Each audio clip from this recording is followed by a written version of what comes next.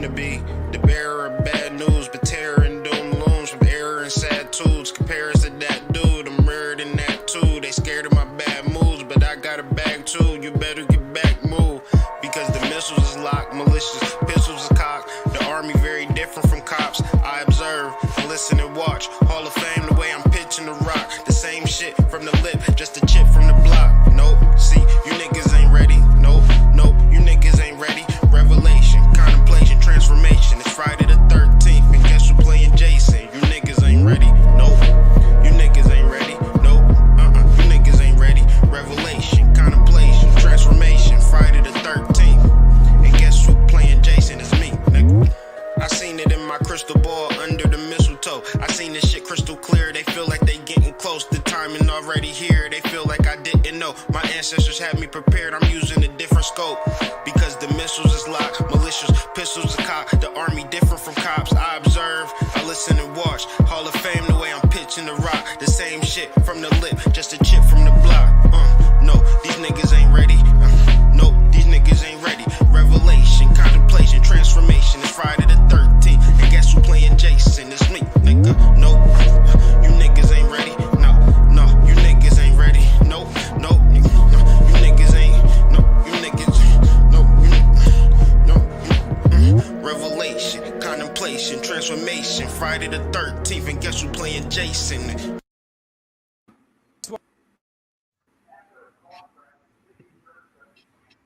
That's why we're seeing some really interesting trends in a lot of key battleground states. Let's start with Pennsylvania with its coveted 19 electoral votes. And I want to focus for a moment on Erie County up here. This is a crucial swing county. It goes Trump in 2016, narrowly back to Biden in 2020. Now I want to go in even further than that. This right here, this is Mill Creek Township, District 2. Polls are showing momentum toward Harris in areas like this. But to really understand what's going on, let's go even closer. Zoom in a little bit more. Right here, right here. This is 114 Hilltop Lane. Now I want to take us inside the bedroom here. Bear with me.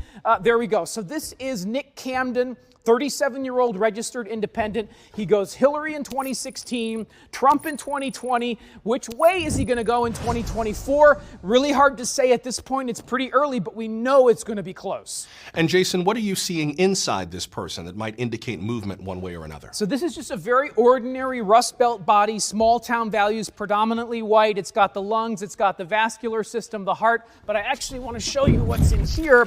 This is the neocortex and the amygdala. These are areas of the brain responsible for regulating emotion and memory. So let's play out a couple of scenarios here. If, for example, this man remembers his grandmother and the time she took him to an Al Gore rally in 1999, feels good about that, that's a win for the Democrats. On the other hand, take a look at this. This is the area of the brain that's associated with social interaction and groups, and we've seen it light up when Nick goes out for beers with his Trump-supporting coworkers. So we're looking at really a thin margin here. I want to show you something, actually. Let's come back out. Let's go past the rib cage, past the lungs, past the heart, past the tumor. Healthcare going to be a really big issue in this election, obviously. Past the DNA to what we're calling the source, the origin of life, existence itself, where all of humanity's answers can be found. And can we zoom in further than that? No. Why not? Because I'm scared. But what we can do is we can actually zoom out here, out of the DNA, out of Nick Camden, out of Erie, Pennsylvania, out of the solar system to the edges of our cosmos, where we see ultimately how meaningless this whole race really is and how insignificant all of our tiny little lives really are. That is a big map. Thank you, Jason. Coming up next, the Trump campaign is in full-on damage control after footage leaked of the candidate being extremely... Who did you vote for today? I voted for Kamala Harris.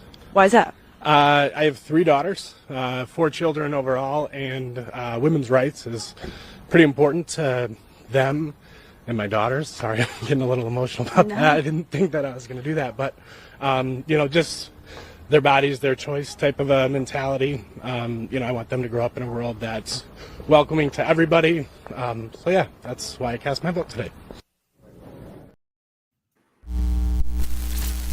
I swear people have shit for brains. If you are determining the fate of this country over the next 4 years on the premise of preserving your right to continue murdering babies, number 1, you're sick. Number 2, you're fucking stupid. You want to talk about women's rights? Let's talk about how the candidate that you're voting for has opened up our southern border and allowed illegal immigrants to flow into this country to continue raping, murdering, and selling women into sex trafficking. But thank God you can get a fucking abortion. You want to talk about women's rights? Let's talk about how the current administration rewrote Title IX. Title IX, which was legislation to prohibit discrimination on somebody based off their sex, basically giving women equal opportunity, especially in sports and academics. It has now been opened up to anybody that identifies as a woman, taking away opportunity for biological women, you dumbass. Let's talk about how the party that you're voting for can't even define what the fuck a woman is. They think that anybody that identifies as one is equal to a biological woman. Your rights are being stripped away from you as we speak, and you're too dumb to realize it. But I forgot, none of that matters because your idea of women's rights is defined by being able to have an abortion. Wrap it up, use a contraceptive, get on birth control, pop a plan B, bitch. Not to mention, Donald Trump said he would veto a national abortion ban. He said abortion is justified when it comes to the life of the mother, rape, or incest. And for some of you to think that having an abortion is the most pressing issue that this nation is facing right now, be so fucking for real. I love you guys, and I will see you in the next one. Why you wore that Trump hat in here? Tell me about this Trump hat. I'm a diehard Trump supporter. In my household, you got Martin Luther King, you got Jesus, and you got Donald Trump. Wait a minute. Not in that particular order, but yeah, you got Martin Luther King, Jesus, and Donald Trump. Why you got Donald Trump? Now, you know, well, I'm a straight Democrat, but I'm for the best person. Yes, but sir. Now, why you got Donald Trump? Because I paid attention in school when I was a kid, and so I know the true history of both the Republican and Democratic Party. I know that they really didn't switch during the Nixon Southern strategy. That one became more clever than the other in dealing with black people. We the Democrats, we got away. We were the Republicans' friends. We was their friends, but we were the Democrats. When you look at the origins of the Ku Klux Klan, it originated out of the Democratic Party. The Ku Klux Klan? It did. Okay. Every civil rights legislation that ever has been passed in this country was authored, written, sponsored, and voted on 100% by Republicans and not Democrats. Every civil rights legislation. Well, what you gonna do? So let me ask you about Trump. Right. So as a kid, I remember being 6, 7 years old and seeing Donald Trump receiving an award with Muhammad Ali, Rosa Parks from the NAACP. Not only that, he engaged and interacted in our culture from the 80s throughout the 90s and even the 2000s, from rappers to Michael Jackson. So when we looked out into our culture, his face appeared many, many times. So for me to grow up now and then hear the media, because before the media started saying he was racist, I never heard a black leader say it. I never heard my grandmother say it. I never heard no one even mention anything bad about him other than rappers giving him praise in over 300 to 600 rap songs. So for the media to say, oh, he's racist, I knew they were playing con on us. And I can remember when America was great. I can remember when black children could play outside all day long and you didn't hear about kids being kidnapped. You didn't hear about drive-by shooting. Put on notice, if you fuck around with us, if you do something bad to us, we are going to do things to you that have never been done before. The forgotten men and women of our country will be forgotten no longer.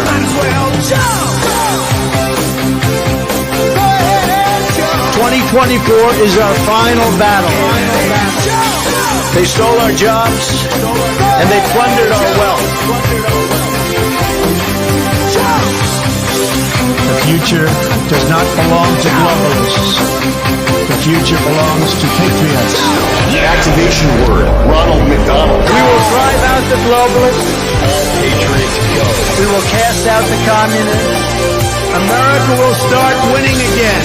Winning like never before. We will bring back our jobs. We will bring back our borders. And we will bring back our dreams.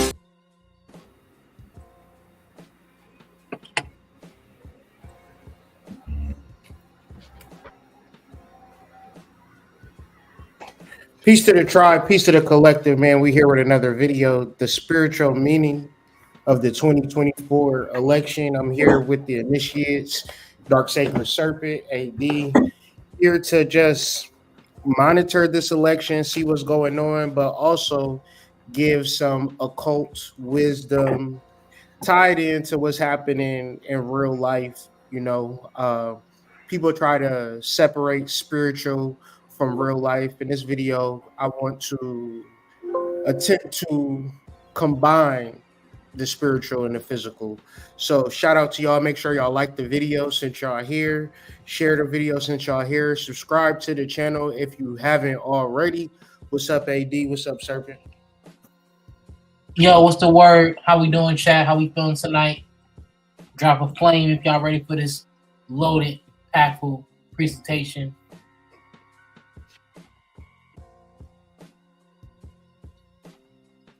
What's good, Serpent? Serpent at work, so he'll tap in once he comes back around. So basically, man, today is election day. One's in the chat if you've been bombarded with election advertisements, people texting your phone, telling you who to vote for, who not to vote for. One's in the chat if you don't argue with somebody in your family over who they voting for versus who you voting for. One's in the chat if you not voting at motherfucking all, man. How y'all goddamn doing? Really doing good, man. I was actually getting phone calls yesterday and today from the grandparents saying that did you make sure you vote? You know, oh my goodness. I hit that one reel when they be like, hey grandma. Yeah, grandma. Hit that, yeah, because you know, I just can't tap into that.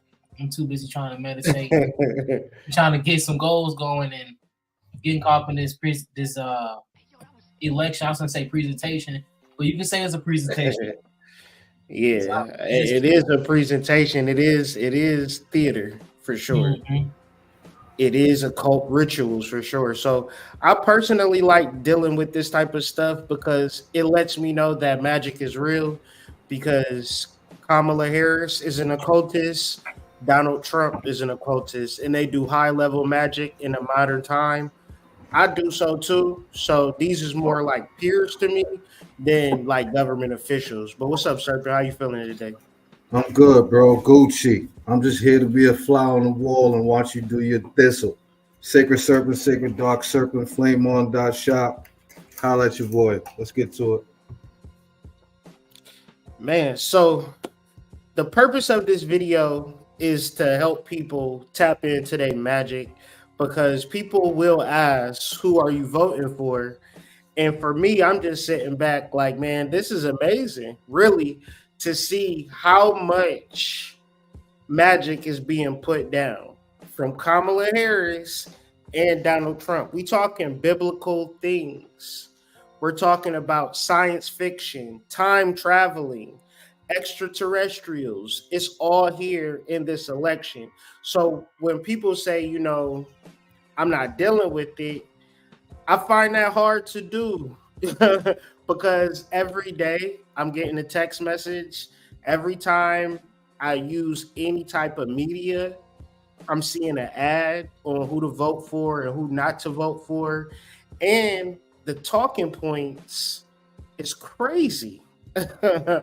I mean, I remember just growing up, I've been reflecting on Al Gore and Bill Clinton and George Bush, and I thought those elections was intense. Remember the Jeb Bush debacle? Remember the Jeb Bush joint? All of that, it felt so super intense back then, didn't it? It's this pales in comparison to that. This is highly intense. And so instead of talking about the election, I want to talk about metaphysics, and I want to talk about occult, and I want to talk about more or less the chart. So every election season, the sun will be in sidereal Libra because it'll be in the beginning of November. Libra deals a lot with courts, governments, balance, fairness, morality, things of that nature. This particular election season is a perfect trine to Saturn. And Saturn is dealing a lot with time. If you get into the science of Saturn, you'll get into the science of Chronos. Chronos just is a Greek word for time. So when we think about how we spend our time, you reflect on this presidential election that have been really in the works for the past 4 years. So the Republicans, in the time that they spent to run this race versus the Democrats, the time that they spent to run this race, you will see it today. There is no emotion. It's only mental. And so this is why I like sidereal astrology, because in Western astrology is dealing with the emotions of it, but the emotions of it is not going to get you a victory. What's actually going to get you a victory is to think about it. So, AD, in this past year, how have you been utilizing your time and how have it manifest this week? I've been using my time to really tap into my creativity, right? And when I see that creativity, I see it in footwork, you know what I'm saying, doing all types of cartwheels and shit, and it's manifesting in my tournaments and my competition scene today, you know. So that's what I've been using my time for. When I'm in the gym, that's my focus. And you know what's crazy, Hood? I promise you, Hood, I promise you, my gym affiliation name is Chronos. What we wear on our uniform is Chronos. Can't make it up. Can't make it up. Can't make it up.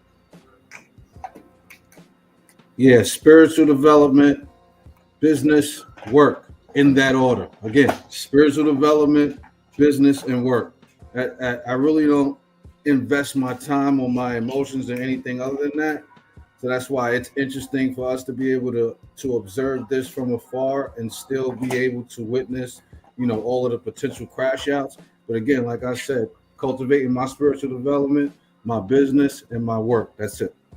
You know, now I see why they be like the energies, because in Western astrology is all emotional shit. Now I'm getting how they doing it. Okay.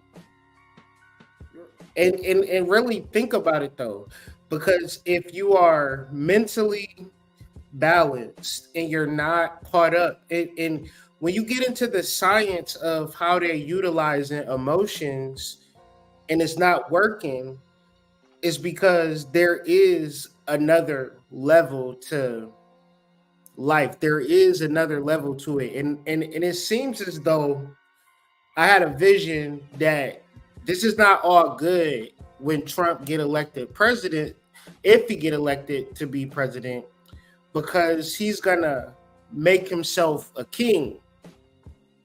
He's gonna do that, right? It's gonna be like, I've been studying this shit like history, and you got to think in the history of life, it's been more kings than anything. Is that a fair point? Hard point. Look at Rome. It's mad kings out here in the history of the world. And so this is what this is really about. But the way that he's doing it is very, very, very interesting. And it's some shit that you can't make up. So this is an article from 2020 about time traveling and Donald Trump. And it's a story. It's a story called, let me get this shit right. It's a story called Barron Trump's Marvelous Underground Journey and the Last President from 1890s. I need y'all to put a 1 in the chat if y'all see this. This is for the clips. This is for the reality of it. Because people then, when we start talking about the spiritual side of it, the metaphysical and the occult, right? They be like, oh, Kyrie, you far-fetched. No, it's an actual book. Right? And that was put out in the 1890s called Barron Trump's Marvelous Underground Journey and the Last President. That is a fiction, okay? What is the reality? People can talk all this shit about spiritual people, especially me, all they want. But I'm talking about facts right now. Donald Trump has a son named Barron Trump in real life right now. Undeniable. So in the story, Barron Trump's marvelous underground journey, do you know what the person that was guiding him name was?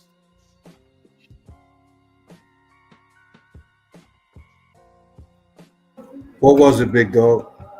His name was Don. Nah, you pulling my leg, bro. Read it on the screen. Don, the master of all masters. Now, if this book is not real, Trump's adventures begin in Russia. We're going to bring Russia back into this when we talk about Moloch in the Democratic Party, because the reason that you're interested or not interested is because of a spirit. And let me just say this, because we're going to get deep and it's going to be a trigger alert. If you're not really ready to come to full understanding that you need to banish negative entities and energies out of your bloodline, because a lot of times as men, we under the spirit of Moloch because of free sex. Now, if you come from a family of free sex, and this is not every family, peep what I'm saying. But if you grew up in a certain type of way where sex was just going to be, brushed off the table, and you was going to have sex when you was going to have sex, that is a spirit, because everybody don't live like that, especially successful people. And then we get into the spiritual community, and I swear to God, we scratching our heads in our single parent led households, trying to figure it out. But yet and still, when we lay out the facts, and then we lay out the spirit behind the facts, people then say, I'd rather be mad at you, Kyrie. Do y'all understand what I'm saying? Or do I just sound crazy? Heavy. Nah, you would just be the next in line, because people have to create someone to express their vitriol towards, because they just didn't know. They had no clue. And really, that's really what it's about, having the knowledge. Okay, so go ahead, AD. No, I was gonna say I would get it, if you was saying all this stuff and he didn't have a son named Barron and all that shit. But it's like it's in your face, so it's like you're gonna get mad at me for talking about something that we all can see. Exactly. So when we lay it all out, and when you hear it all, I'm just the one that's organizing the information, and then making it concise and clarifying the points, so therefore you're not confused about it, so you can banish the demons out of your aura, so you can understand that if you want to change your life, you might want to do it in a way where you change your past, because the Democratic Party is important and the Republican Party is important when it comes to Black people. Because if we not understanding, because once we can't have it both ways. We can't be seeing Black people getting their ass kicked, and then we not talking about doing proper exorcisms of the negative entities that are kicking our ass, leading us in, the dramas of the Black community. We watch the news, and if we want to be ignorant of the mental disease of growing up Black, then fuck it, because then we'll look at people like Jay-Z and Beyonce and all our upward mobile Black people and say, see, it's really not that bad, hood. It's just what you looking at. But if what I'm looking at is so bad that the upward mobile people don't even matter, I don't even give a fuck, because the upward mobile people ain't speaking to the demon in the community, then you know what I'm saying? And it all connects. So once again, we're talking about Donald Trump right now, and then we're going to talk about Kamala. But right now, Donald Trump in real life has an uncle named John G. Trump.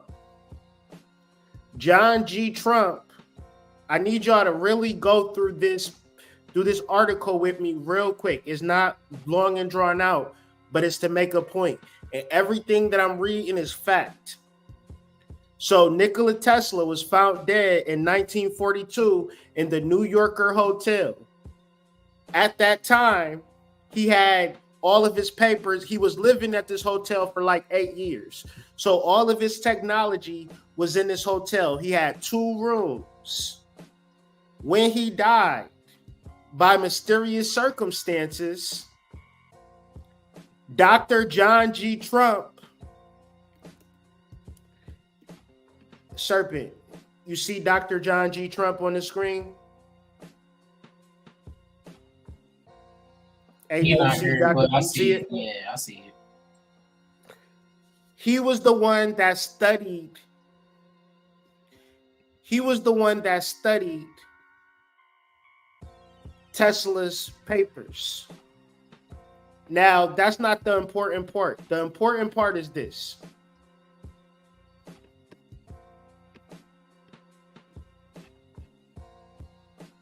Give me 1 second. I gotta just find it because I don't want to go through the whole thing, but You good, big bro. You just sizing up everything piece by piece. all right.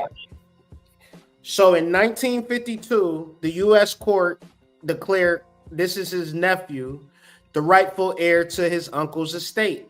Tesla's files and other materials were sent to Belgrade, Serbia, where they now reside in the Nikola Tesla Museum. But while the FBI originally recorded 80 trunks, 60 arrived in Belgrade. So there's 20 pieces of information that nobody actually knows what was in this information. And it's not that hard to figure out what was in the information because they're not going to change the word. We're talking about Tesla right now. Okay, so Tesla is very specific. It's a word that we probably use every day in reference to cyber trucks, right? Things of that nature. But it's all connected to Trump and the technology because it ain't too many people doing it like the Tesla is doing it as far as cars.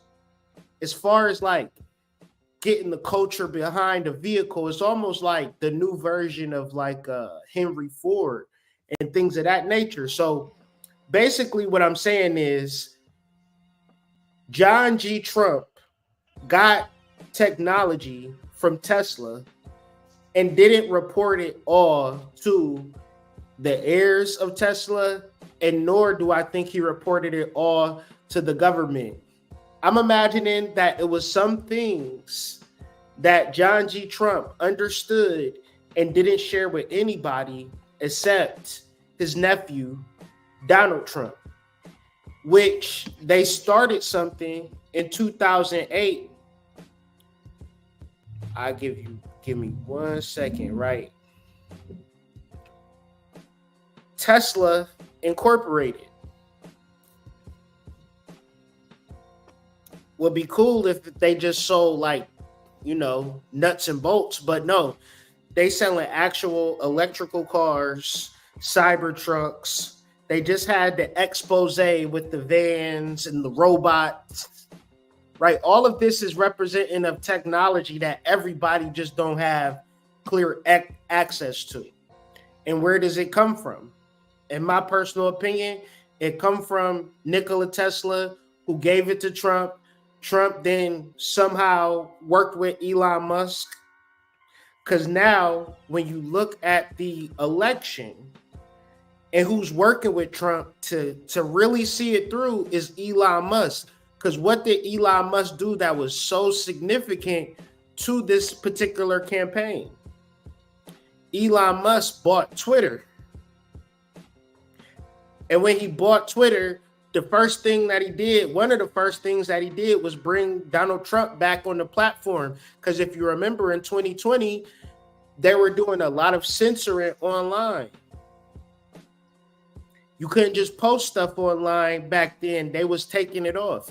And he was kicked off of Twitter. So much so that they bought Twitter, and now you can basically post whatever you want on Twitter. And the reality of this thing is that they blew this thing wide open by being mental, playing chess. Now I've been yapping. My boy Jabri just pulled up to the chat, man. What's going on with you, big dog? I'm gonna check on these statistics. Ja.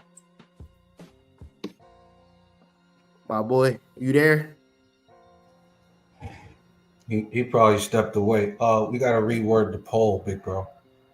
Yeah, I'm here. What up with y'all? I'm about to look it up.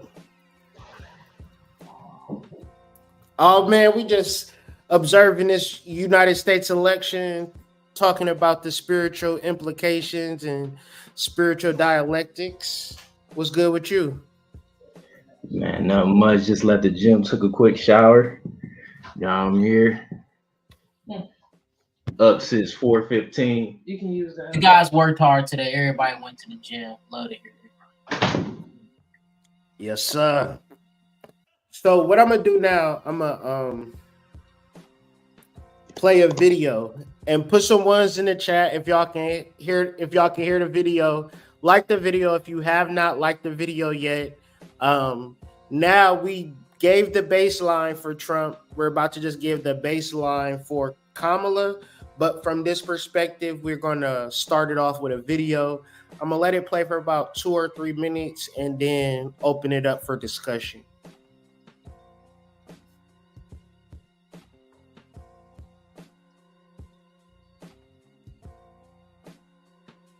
No sound. I figured it was going to be no sound. I'm going to cut it off and cut it back on.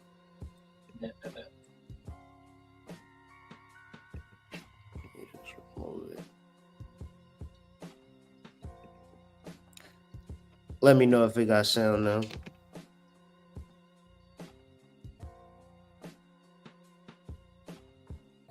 No. All right. Let me just take it all the way off. Stop screen. The Matrix is real. And this video is from Hardly Initiated. The title of the video is called Blood Covenants, Witches in Election and Halloween Origins. It's by Tiffany Montgomery and Beverly Tucker. They were interviewed by the guys over at Hardly Initiated. Like I said, I'm going to play 2 to 3 minutes. And I think her name is Tiffany Montgomery. She's going to drop on Moloch. And then she's going to relate it to modern times. And then we're going to talk about Kamala and Ukraine and things of that nature. Advocates in Ohio erupted in celebration Tuesday after the state voted to protect access to the procedure. I was crying tears of complete joy and shock and just overwhelmed. I was just overwhelmed that we can actually affect change. So this is the thing. I mean, did you see the one dude? He was like, yeah. People crying tears of joy over abortions. And that worries me. Now, I understand women's rights, but these people are celebrating killing babies. Well, but you understand that that's not part of the women's rights, right? So I need to understand. But you do understand that the killing of babies is not the celebration of women's rights.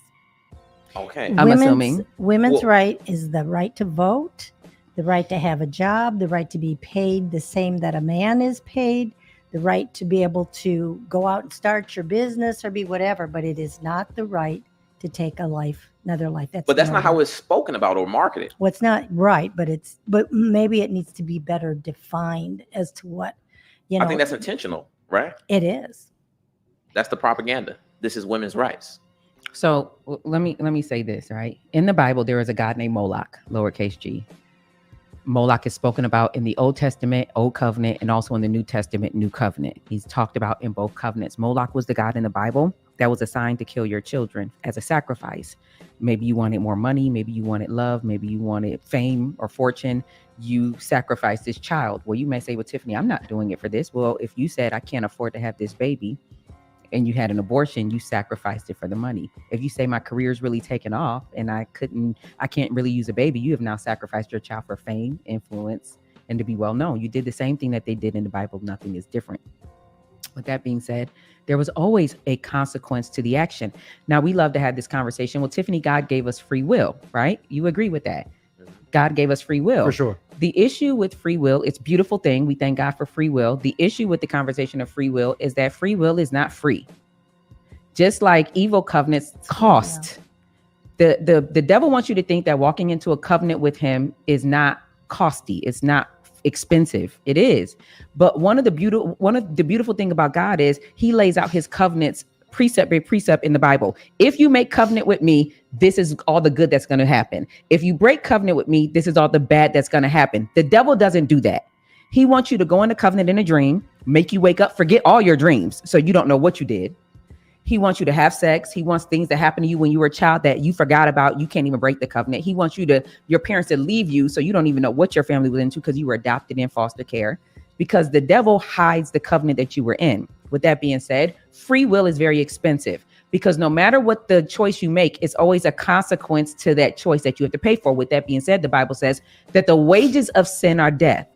The wages of sin are death. If you are having sex with somebody and that is not your husband or your wife, it is fornication, which we have agreed that it means idolatry, which is a sin. That means that you can expect nothing but death. Now, you might not see physical death. Sometimes it's death of the relationship, death of your mental sanity, death of your life, because now you got to do this by yourself because they're going to leave you. But most cases it's abortion. I don't want to do this. I don't like him or her anyway. I'm going to have to do this by myself. I'm going to kill this thing because that was the price you paid for your free will decision. That price did not come for free. What that means is now what's on your life is a spirit of abortion, or in other words, the demonic covenant with Moloch that you are now covenanted yourself to. Everything you touch is aborted. You're right at the brink of breakthrough and it has aborted itself. You are always starting things, but you never finish them. Well, Tiffany, I've never had an abortion. That sounds like me. Then your mother and father did. And guess what? The covenant still stands. Just because your mother and father died or your your parents died, doesn't mean the covenant dies. The covenant is alive until you wake up and break the covenant. I'm gonna stop it there, but thoughts on that? It's like the saying that you have free will, but you don't have control of your consequences. I mean, you have control of your actions, but you don't have control of your consequences. Right. Right. Like you could just unalive you going to jail. Man, shout out to her, shout out to Harley Initiated. I think that shit, her breakdown fits like a glove, honestly. I think I don't know how many people take into account the reality that no matter when you decide to quote unquote unalive a fetus, the spirit has already been attached to it. So the idea that I need to have more time, more freedom for my career, or I need to have more time and more freedom to pursue other men, or whatever it is that these women decide they want to do that for, is crazy work. I think the beautiful thing to even notice about that was to understand that God lets you know his covenant. He lets you know what's up off the rip. Like you see a clean contract, and the darkness of it is like, oh, you get to do this thing. It's like in the beginning, it's like, oh, surely you will not die. You know, it's like basically like dissuades you from God's covenant to his covenant. I mean, like if you do this with me, you know, you just won't die. It's like Eve wasn't, you know, even there to even think about like, okay, what would happen, you know, with you if I did? It's just like, okay, cool. I know I just won't die now. Yeah. Mm-hmm. And it's so like, I remember just being so wayward and so like wishy-washy with my time and my energy that I think back to it and it's just like, yeah, that is a real spirit. it's like you don't want to do anything. You don't believe in yourself. You just letting life pass you by. You don't even want to wake up for real. You just kind of just doing just enough not to, be homeless or whatever the case may be. But the reality of just being alive and tapping into something, it does start with identifying the particular spirits that are holding you down. Because just because you can't see them don't mean that they're not there. And it's like just thinking about the subject and thinking about like the stories I heard growing up, just like family stories, just about this thing. I don't even want to call it what it is. You know what I mean? Because it's very disturbing when you look at the numbers, when you look at the statistics, and you look at the reasons why it's happening. Because the argument is rape and incest when that's the least likelihood of the reasons why a person would even do it. So now you got a whole bunch of reasons that people can't even really talk about. And the spirit of it, the energy of it is very thick. So thick that a lot of times people don't really want to address it. Yeah. You want to see a particular woman crash out, question her about her abortion. Like, women crash out over that question almost just as much as they crash out about things like body count. Now, I either or is not for me to say, but as a spiritual man who is stoked in his ethics and his morality, speaking for myself, like if I don't say anything, if we don't say anything, silence is the same thing as omission. Omission is the same thing as sharing guilt. That guilt goes with everything that has to do with conspiring to prolong whatever it is that you have going on in order for you to not allow that gift from the Creator to flourish, to grow. So like, we can get into all of the schematics about why and why not. At the end of the day, right is right and wrong is wrong. Mm-hmm. Y'all can't tell me the reasons why they do this when they do it is justified as right. You say your body and you say your choice. However, you're already not making good choices. So why should you also? No, let's talk about that though. When they say that, I don't think that anybody is taking that away from nobody. I think we're talking about a subject matter. Mm-hmm. And we're not talking about nobody specifically. No. It's conceptual. Yes, just like they want to talk about relationships and everything that goes with that in a generalized tone. We can talk about this in a generalized tone as well. Yeah, and not have no control over nobody's body. I don't even want that control. Absolutely. That's not even the point. The point of it is to say the idea shouldn't be normalized in reference to the spirit that is attached to the idea. To me, it seems like it's and it's also a high sign because we're getting into it. But it's a spiritual ignorance toward that matter, towards like our own self and also what we're doing, and then what's happening to the woman's body of what Serpent said is like to that fetus, a spirit has been attached to it. So due to this lack of spiritual ignorance, we think it's okay to get rid of the choice after impregnation has happened and so on and so on. It's just those things have been ripped from us and distorted and indoctrinated from us. So it's like getting into it and expressing it so much is a real deep thing, because it's like, how would you feel if you just learned this now? Like people who wasn't aware got aware of it. How you think of the change their thought process would be? to know like they attaching themselves to something that they didn't know they had to consciously break because of their actions. You know, it's so easy to just forget about how you actually contribute to so much shit. It's called karma, you know, and karma is a spiritual precept. And just in reference to Kamala, where Kamala could be an anagram for Kali Ma, which, or, you know, they talk about her in a sense where she represents one of the leading figures in the spiritual war. Whether she's on the good side or the bad side remains to be seen. But the idea around all of these particular demons or angels is a result of your actions.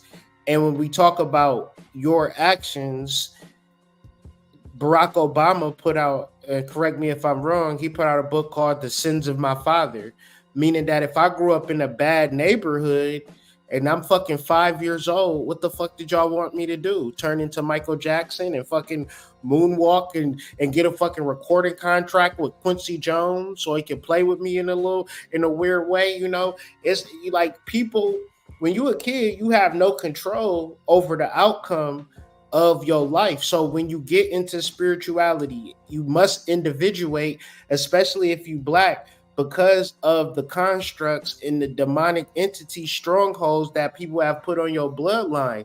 What am I talking about? What is your history previous, and let's just pick a year, 1328? What is your history directly pinpointed to? Oh, you have no idea. That is a spell.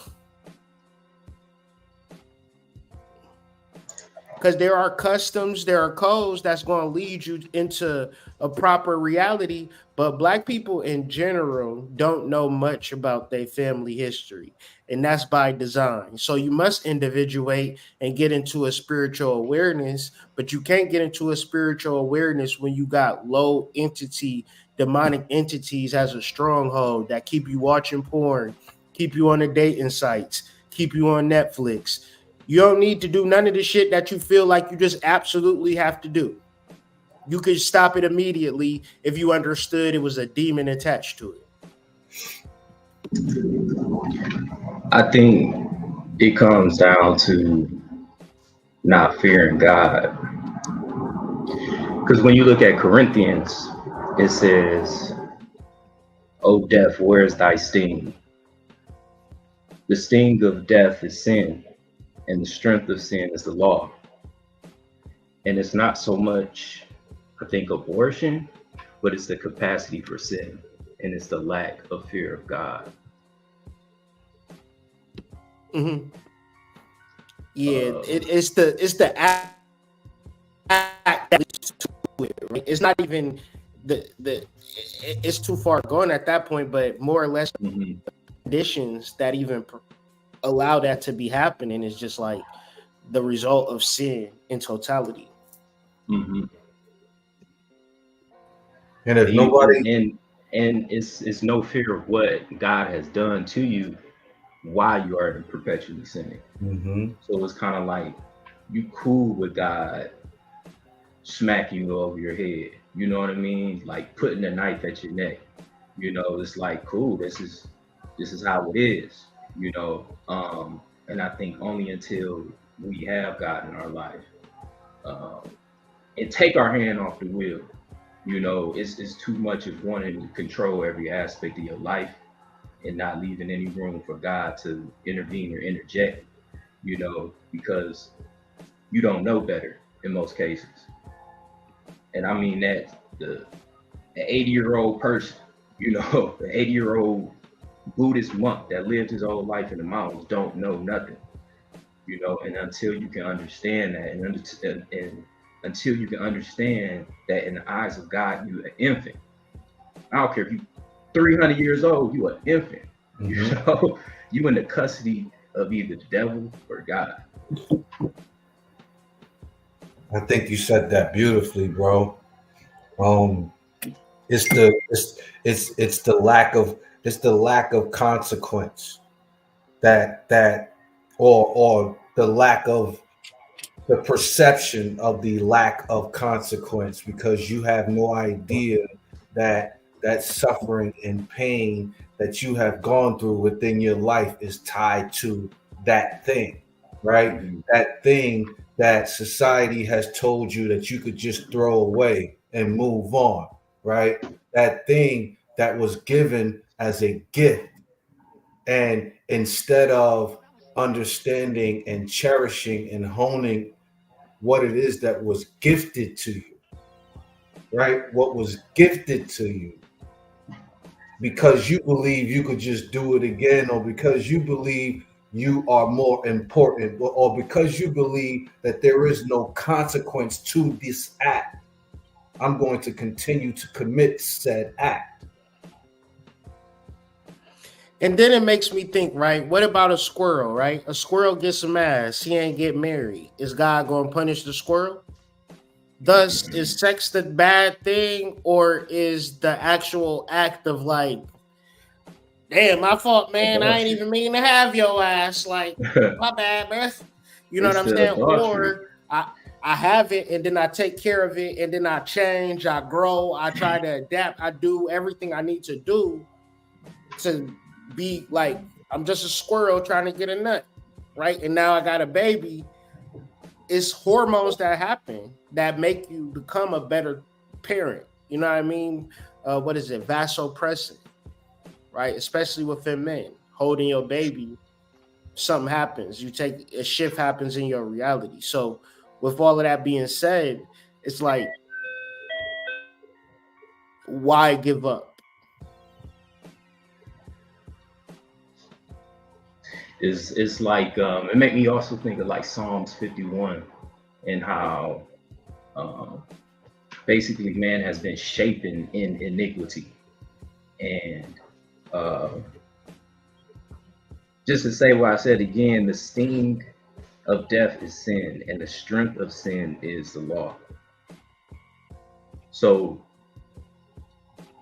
ultimately, it's not death, it's the ultimate problem is sin, and the capacity for sin, and the ignorance of what you're getting yourself into. Like y'all saying, once you sin, it's like opening up Pandora's box once you sin.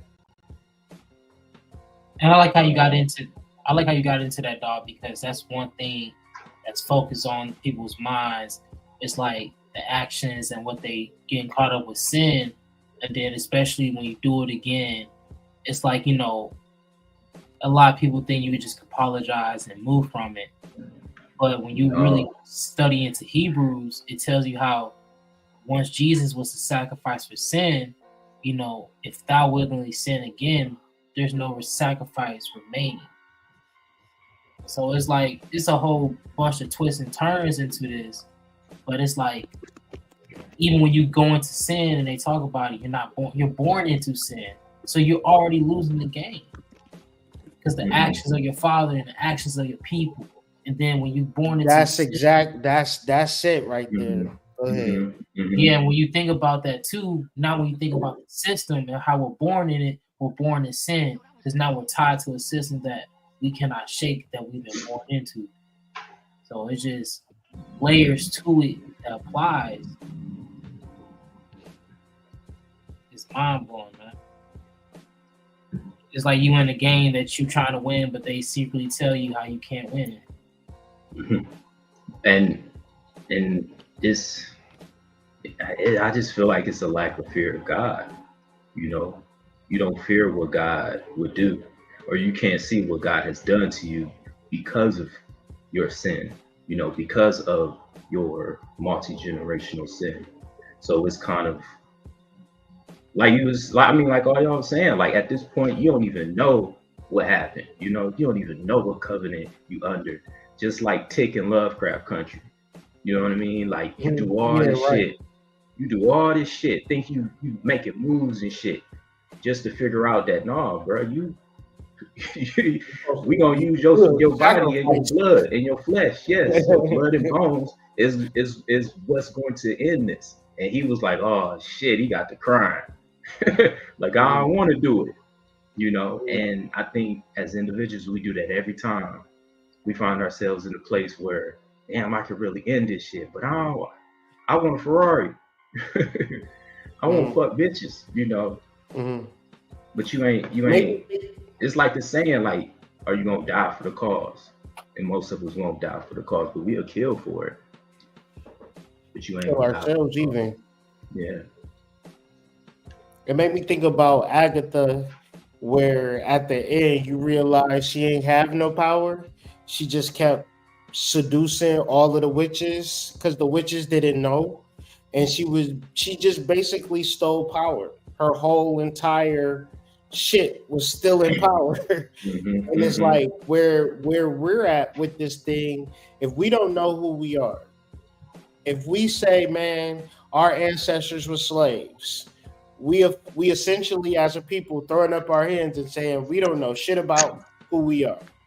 Period. There's no way we can actually know.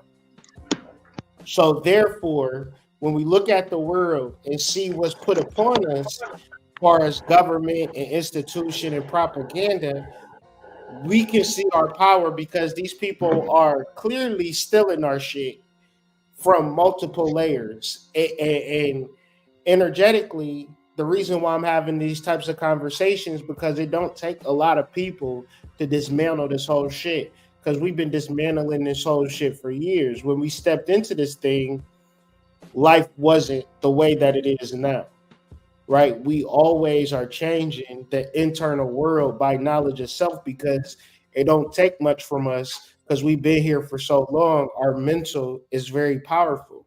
We can think and speak things into existence. And thus, in this world, we don't really fully understand it. That's why it's good to study the Hindu. It's good to study the Native American, because at least those are the fragments, the Egyptian, at least those are the fragments, the Bible, at least those are the fragments of the totality of who we are. And when you talk about Jesus and Revelation and all of this, we're talking about high-level magic. We're talking about high-level sorcery that I know that we have access to with our mind, with our altar work.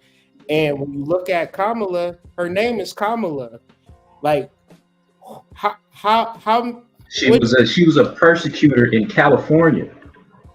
Like, come on, Cali. In California, right?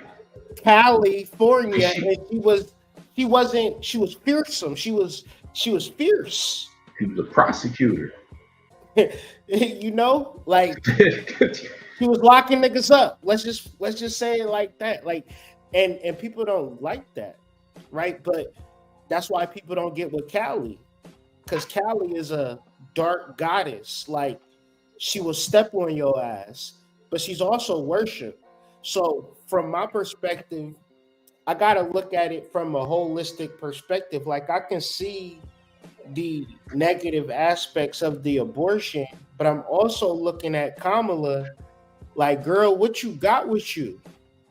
What you got with you, Kamala? Like, I want to like talk to her and get to really know her type shit, because I feel like she be leading the seances or something. She be the one like, all right, y'all, let's get in a circle. You bring your candle today?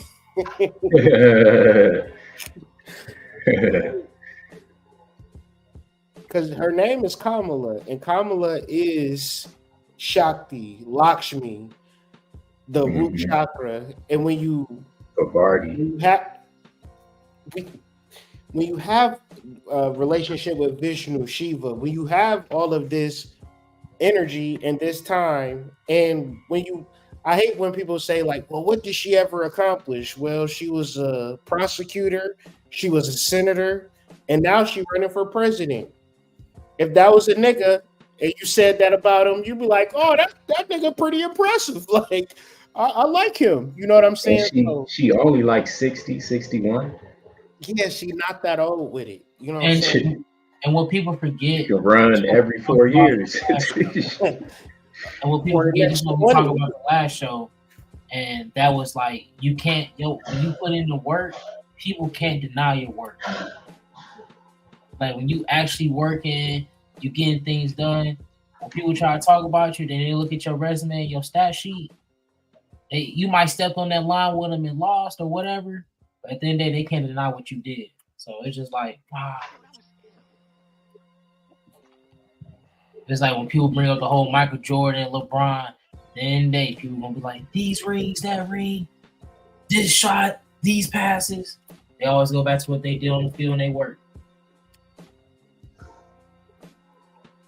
You got to think, what did it take to be? And that's why it's always an interesting question, because how hard is it to be an NBA player? And then how hard is it to be one of the elite best players of all time when niggas have an average career of 3 years and most niggas ride the bench and it's hard to get playing time? So it's like, when we look at our sports stars, our movie stars, I hate that we live in a culture now where our stars is like Kodak Black and Shamar and Saucy Santana and things of that nature. I like the Kobe Bryants and the Michael Jordans and the LeBron James because I know it wasn't easy for them. They made it look like it was a journey and it was difficult for them to be at that level. And you can respect that, and it make you want to work harder at whatever you're doing. Like Michael Jordan inspired me, and I didn't even play basketball. I was like, you know what I'm saying? I wanted to be Michael Jordan in the things that I was doing. So it's like, what examples do the children have of hard work today? Yeah, because it's only 450 players in the whole NBA, bro. So you know that's elite. 450? They playing basketball all over the world. All over the planet, they playing basketball. And you get your 450 best. And then you get to be the elite of that elite. That is, man, it make you think about just how much things have changed in the world. Because now, like LeBron, he gonna be retiring. Who do we look to? Just in sports in general, we don't even have that guy no more. Like it just seemed like everything is just dying out and phasing out, and we entering into a whole new technology wave. I seen a video just before I hopped on here that said within the next 5 years, AI is going to be teaching your kids because all the teachers is going to quit. That's crazy. That's crazy. Yeah. Imagine.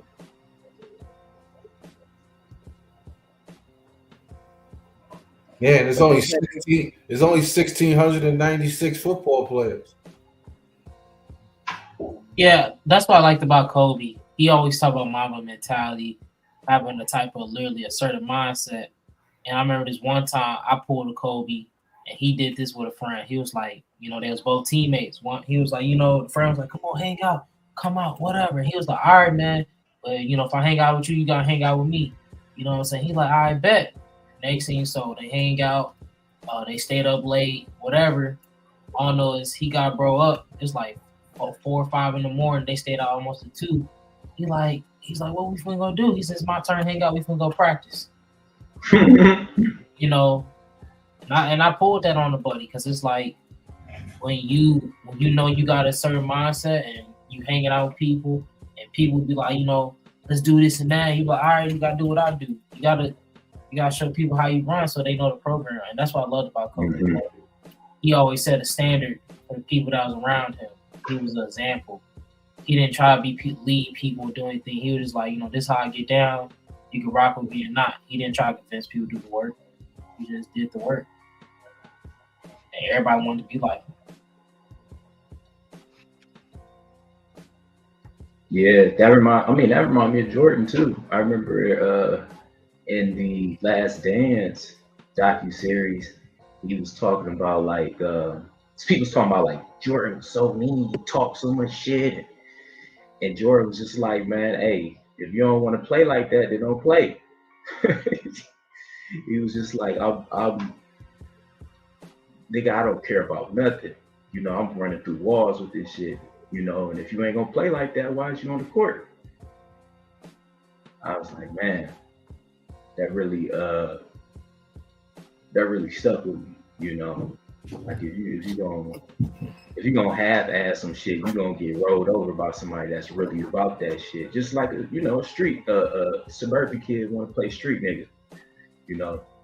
Meanwhile, that's the one that go to jail. That's the one that get killed. Them same street niggas is on the block, still doing what they've been doing. You know. It's called a flunky. You utilize the flunky to do everything in the foreground. And it is real appropriate in reference to like the election, because you could get more of a sense that this whole thing is a charade, and it's two people in front of us, right? But it's a whole system behind both of them, right? And we can be like, man, I hate Kamala, I hate Trump, and the niggas that's running the system, we don't even know. We just like, you know, but they in their suits in their offices. I don't know how they get down. Maybe they don't even wear suits. Maybe they wear overalls, and you know, maybe they wear skirts. I don't know. Maybe they wear robes, but we don't know what the controllers even look like. That's the brilliance of the system. That's what I look at this whole thing at, like, oh man, this is high level chess.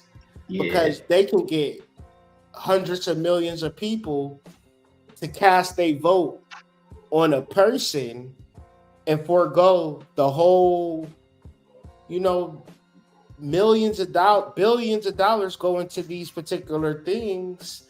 And where did that money come from? It come from people that's not even visible. And that part to me is just like, wow. Yeah. It reminds me of this anime called One Piece. It's over like 1,100 episodes. It's still going, but basically they got a world government on the show, and the world government has all these guys that are like descendants of the founders. But it got to a point where like all the bloodlines of the founders is no longer there, but you still got people that's in those seats of the founders, like descendants of the founders of the government. And then you have what they call like 5 great elders who are said to run the government. And then in the middle of the world, at the top of this mountain, there's a throne. And the throne, no one sits on the throne. All the countries that started the world government put their swords down around the throne to basically say like no one will ever rule the world. No one person will ever rule the world. And so you got the 5 elders who are basically the face, and they make the decisions. You know, it's kind of like, you know, bureaucracy, if you will. But recently in the show, there is an entity, because it's not even a person, it's just some type of entity that sits on that throne and makes decisions.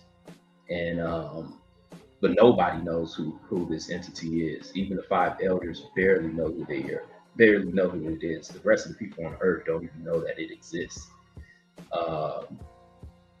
And you know, it really could be some real spooky shit going on. I mean, when these world leaders meet up, you know, because don't think that Putin and the president is like beefing, or Kim Jong-un, they all beefing, they all in the same fraternity.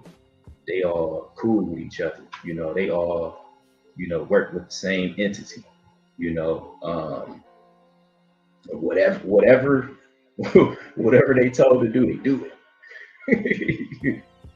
You know, that just made me think of that, you know, and you can really go down a rabbit hole with it. But I think that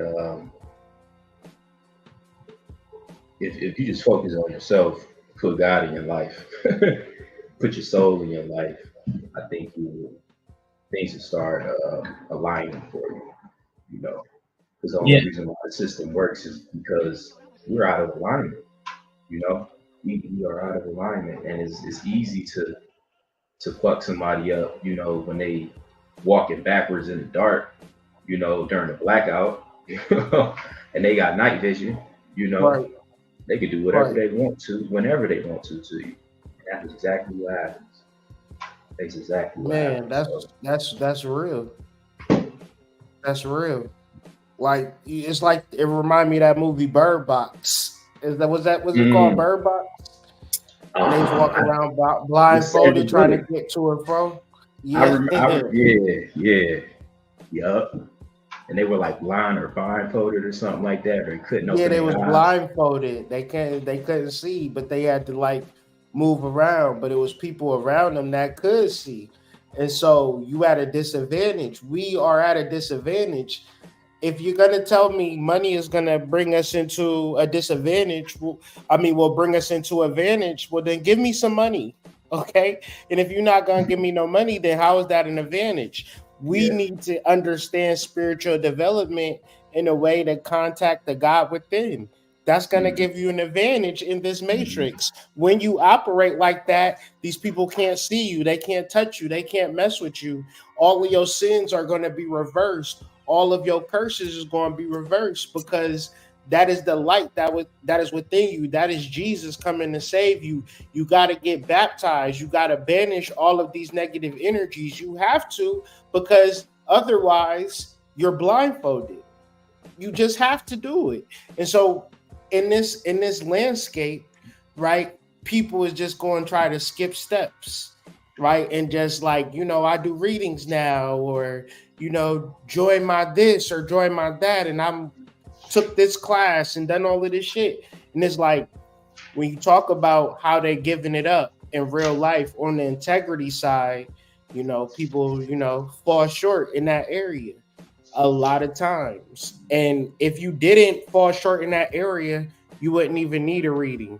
You wouldn't even have no questions. You wouldn't even be in a space where you confused about what you should do, because God is real. And God is real because you know that the devil is real. Look at the news. Look at the news in your average black town: Philadelphia, Chicago, Detroit, Orlando, Miami. That'll tell you that Indiana, Chicago, or I said Chicago already.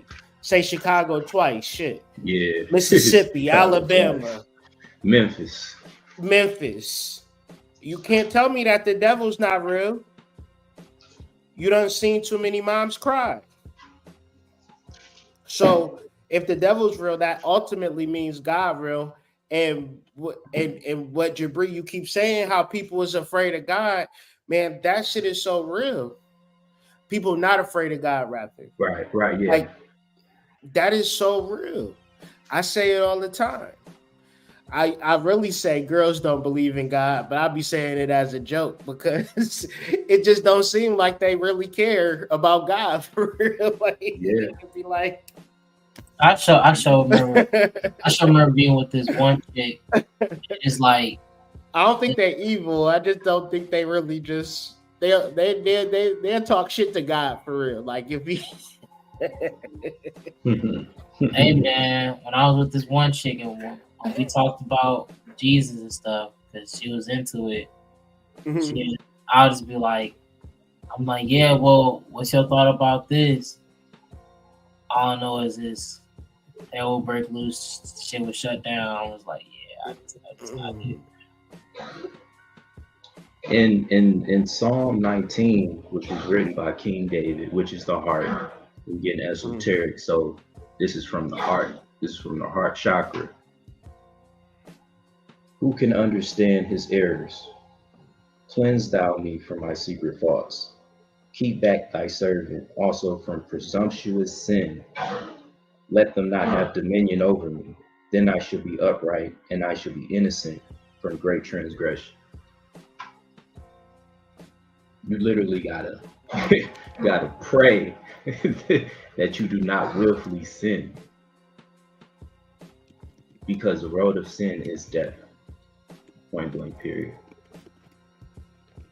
And we can't even get into that you didn't even do. Yeah.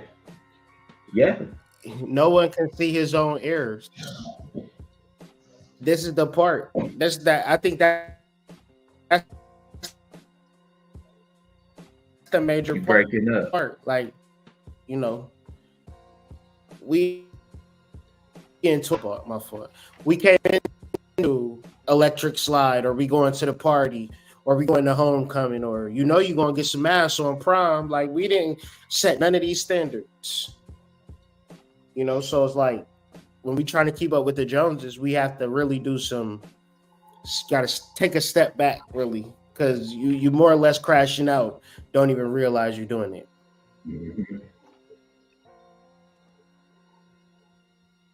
Them hidden thoughts, that's the part right there. Yeah. Deliver me from hidden thoughts. And I mean, it starts off, no one can see his own errors. You don't even know what you're doing wrong. You know what I mean? So it's like, there's no reason to feel bad. You get what I'm saying? Like, you don't know what you're doing wrong, but you got to understand that you don't know. So you need to seek guidance from a power that's greater than you. It made me think of the Ice Cube song, Bow Down, to a power that's greater than you. And that's why all throughout the Bible it's about asking for mercy. Asking God for mercy. Because just like, they say the devil was a lie, the biggest trick is to think that, you have free will. You don't. You just don't know that you don't have free will. That's making sense. You get what I'm saying? Like, you're so ignorant of your soul that you feel that you do. So it's more of a thing of, you're so ignorant that you literally will walk around and say, I can do whatever I want to do. I can do this, I can do that. I should be able to. Pure ignorance, pure immaturity, straight immaturity. You belong in the custody of the federal government saying that dumbass shit. And that's why you're in the predicament you in. Straight up.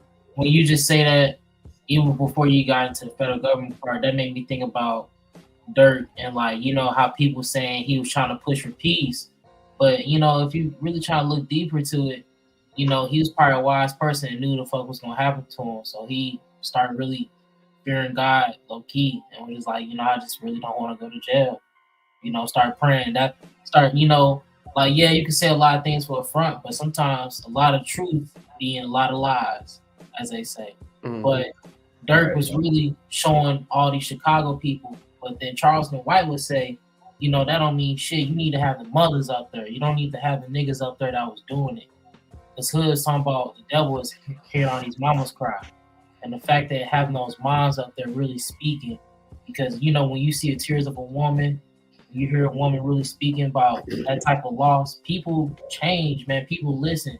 The men break down. Men think about the shit they teaching their sons. So it just make you think about that on a deep level. Agreed. Who can understand his errors? Cleanse thou. Okay, that was because you read from the King James Version, and it was this other version. They didn't have that part where it says cleanse, and it's like for real, the Bible is really doing magic. It's laying out in all of these foundations you will find in Aleister Crowley, right? In the deepest, darkest occult rituals to get you anything that you want is gonna be a banishing ritual. So in every ritual you do, you have to banish. So not all the time, not some of the times, rather, all of the time you have to banish. So in this verse it goes, who can understand his errors? ? Cleanse thou me from secret faults. And this is what we're saying, like this whole time, like even though you make mistakes, there is more or less, I'm not gonna say a way out, because not for real, because even though you can go through all of these processes, it's like washing your car. If you run over some mud and you can say, I just washed my car 10 minutes ago. Well, it's back dirty again. What you gonna do? Right? You gotta clean it all over again. So more or less just understanding these basic concepts and these principles is going to help you just tremendously shed these demons over these next 4 years, because people don't even realize the demons that's attached to these particular things that they've been laying out. Why is the 4 performers for Kamala Glorilla, Megan Thee Stallion, Cardi B? Like, come on, Lizzo. The 4 horsemen. Don't forget That's the spirit, Red. Bob. Don't forget Sexy Red. Sexy Red, Beyonce. Sheesh. And then they had the Black Men Summit, and that's cool, but they don't ever even talk about reparations. They don't even talk about entrepreneurship opportunities. Like, you know, being able to be gateways to success. They want to always talk about voting for Kamala because she Black, or voting for Kamala because she a woman.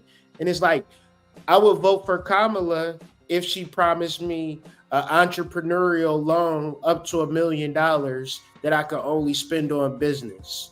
She got my vote. Mm-hmm. Mm-hmm. I mean, because it's been given to other cultures. It's out there. It's women's laws in there that, you know, you could be a woman owner of a business and get a $50,000 grant. Yeah, she pandered. She pandered to a particular type of melanated person, and it almost seems like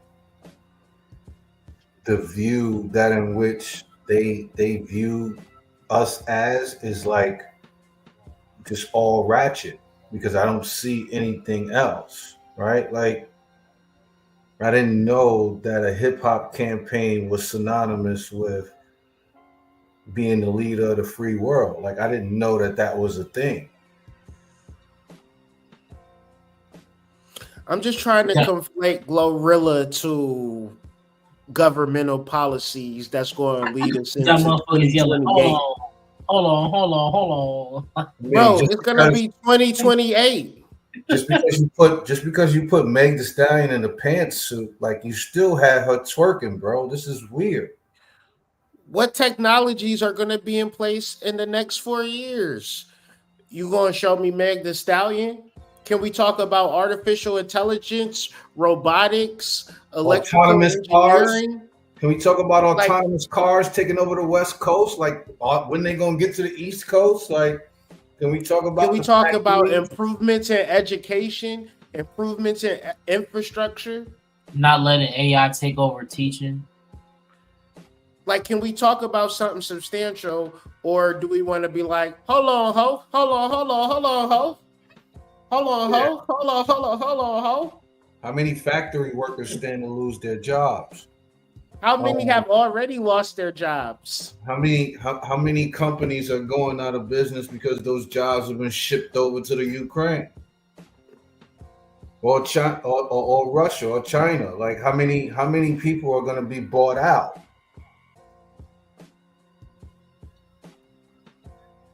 They said the new millionaire is going to be the plumber and the HVAC guy, because manual labor is going by the wayside, and so the blue collar guy is going to be the new millionaire. I see it. When that toilet is backed up, what the fuck you going to do? You ever been in the wintertime and your heat got cut off? You what you going to do when your thermostat broke? Word. It's only but so many layers you could put on, my nigga. Yeah, it get real cold. I was just talking about that. Or earlier. do it though. It is November and it's 80 degrees. You know what I'm saying? Like, you can't tell me it's not a pole shift going on, bro. Bruh, I was just talking about that earlier. Having a car with no heat, having your thermostat broke. Like, how do you get the ice off your windshield? Like, how do you really, like, yo? You don't. You just let your hot breath heat up the heat. You just be breathing mad hard with your mouth, and you have body heat, and it just start radiating outside. Then you listen to your favorite music. By the fourth song, you be so turned up into your song, like it just all defrost. Like it's just like your energy. Don't be one of them weird niggas paws that lick the window, right?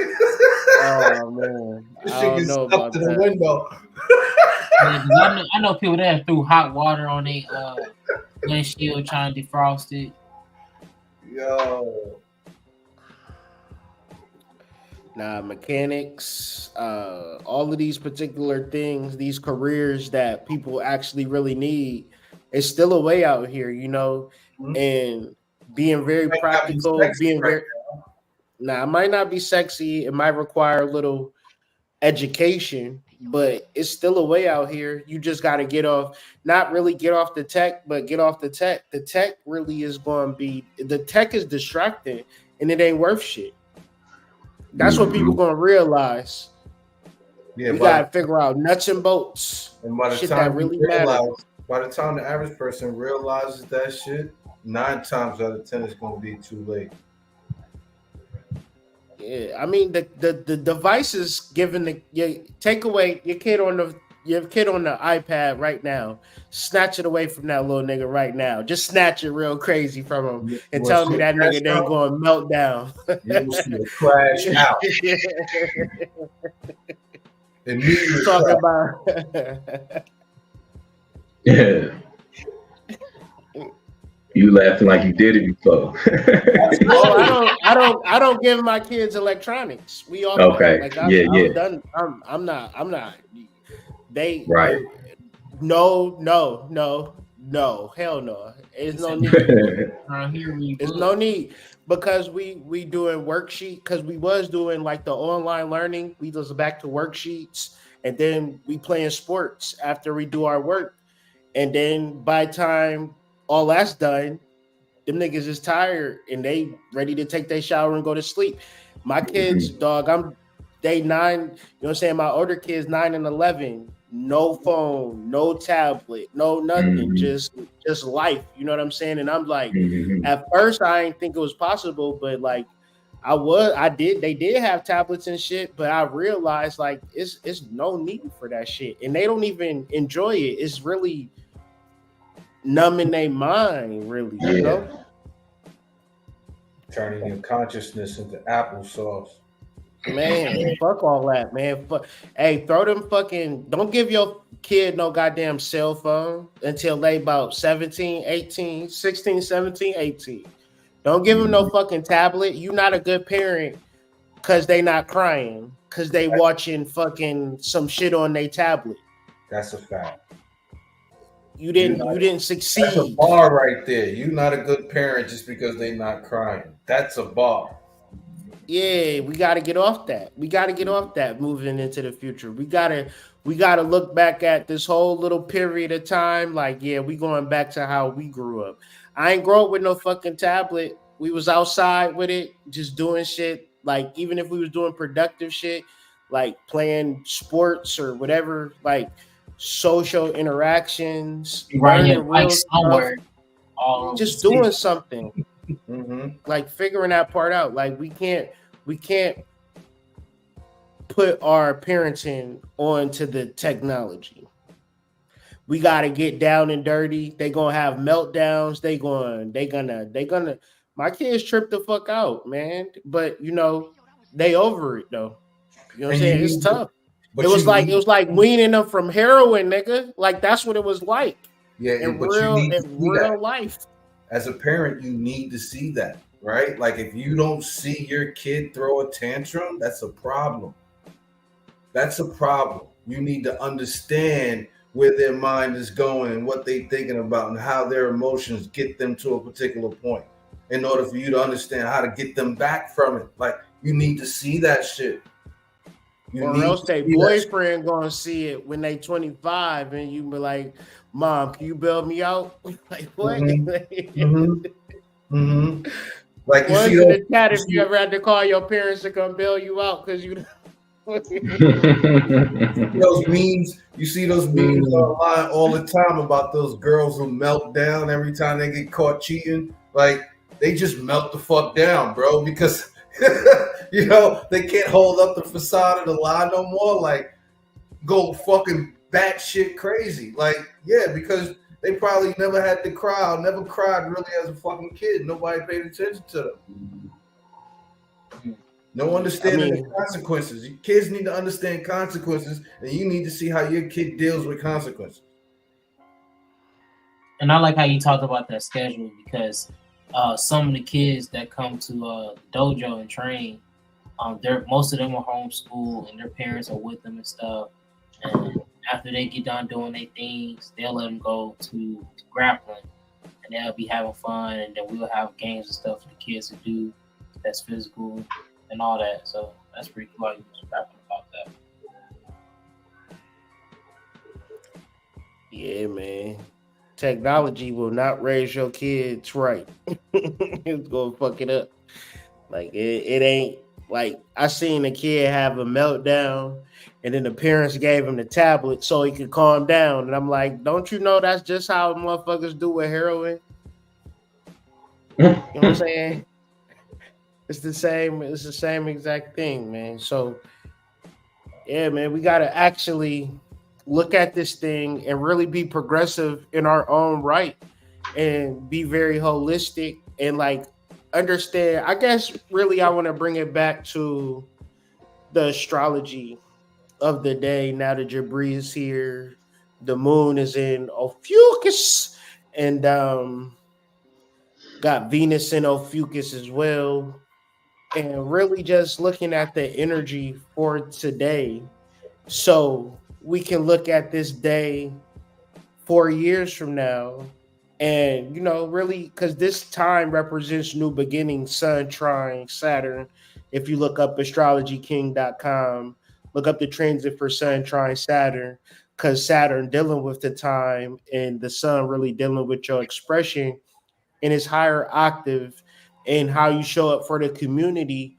What are you starting? Like, what is the new thing for Kamala or Donald Trump? They're going to be starting a new vision of them being a president, but we're not going to be president. You know, a lot of people are going to be House representatives, senators, governors. All of these people are starting new journeys today, but you are too. The difference between the journey that you're starting is that you ain't got to, you know, kiss ass or be a politician. So, like, how does this energy really, just from an astrological point of view, how do y'all relate the energy of the day to like y'all future or the future of the collective? Just one thing to add is this is Kamala's second Saturn return. Damn, for real? Yeah. And you know, two things stand out: the Mars opposed Pluto, and then you got the Moon conjunct Venus. But the Mars opposed Pluto for me is really powerful.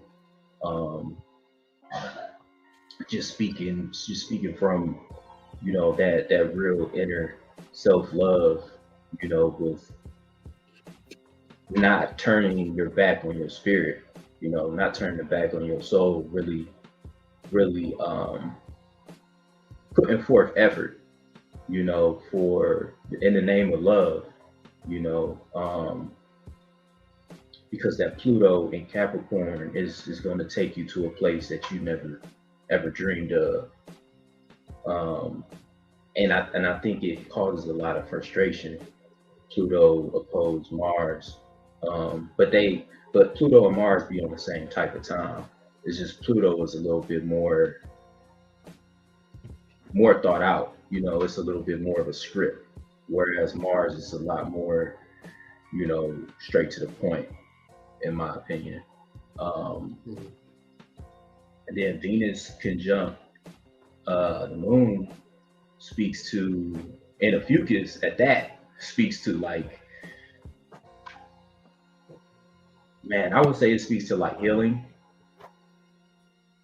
you know, opening up. Like, I think right now you should really be aware of your blind spots as a person, because I think that conjunction is kicking a lot of stuff up, you know. like you getting really acquainted with the poison, you know, that you've taken or that's been injected into you.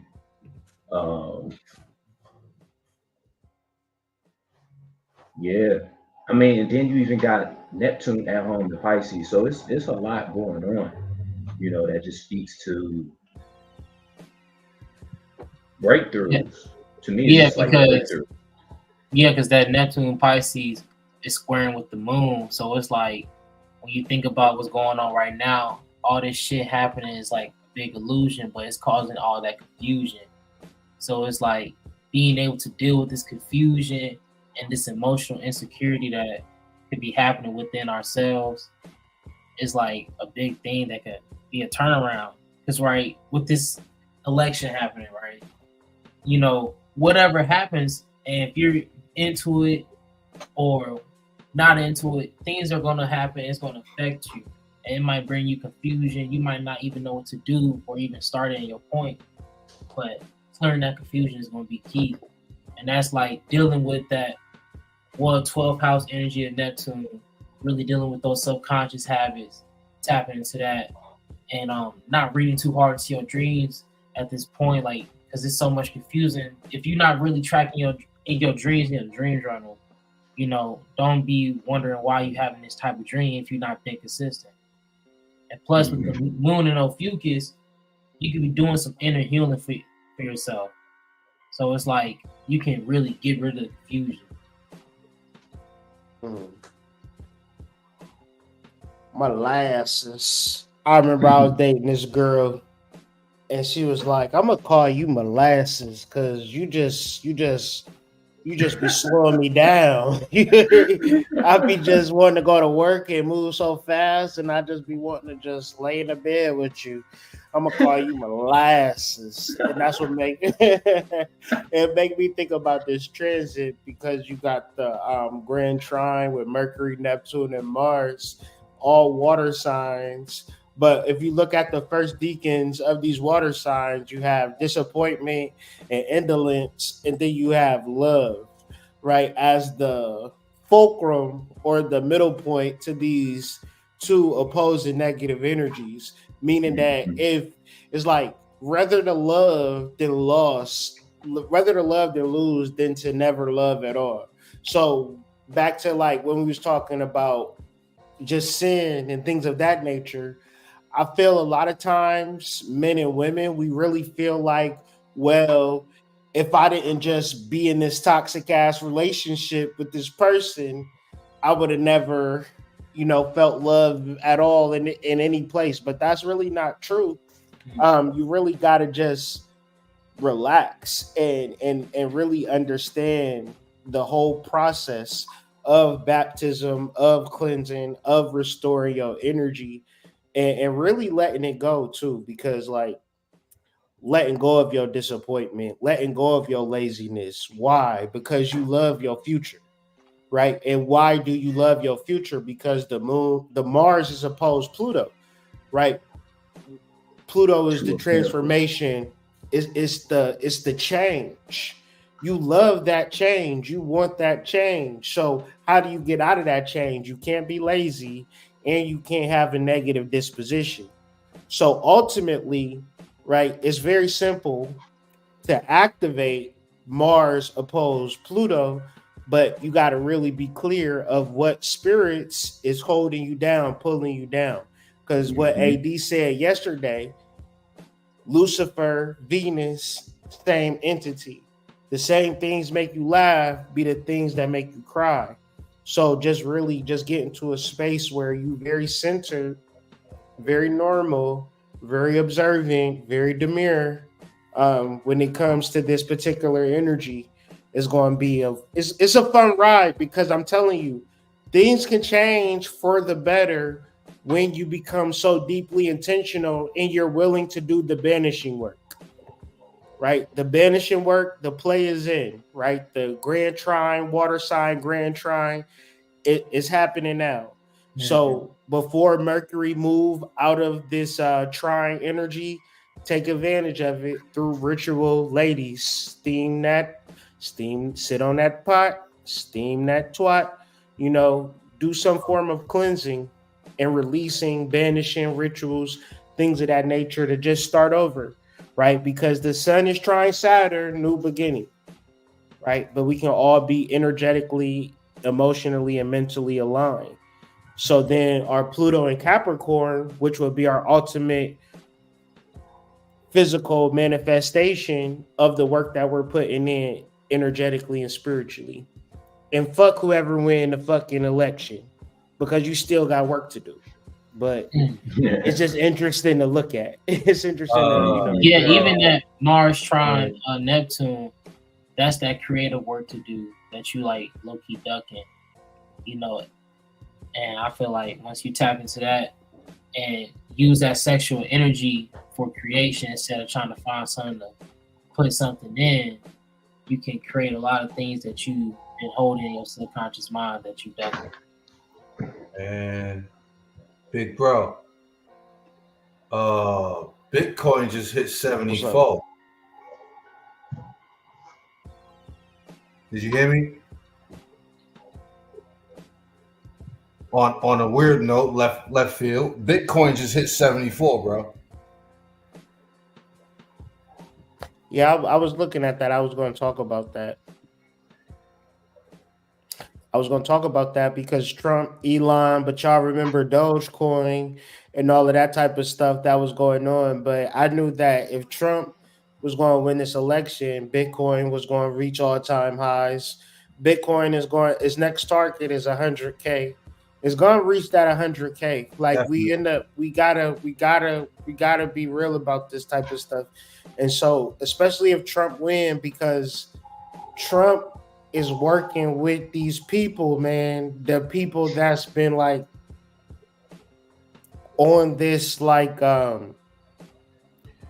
don't know what you call it, man, the Pizzagate shit, all of that shit. Like, I seen this video with Hillary Clinton, with Hillary Clinton. You remember when she had looked like she had passed out or some shit? Yeah.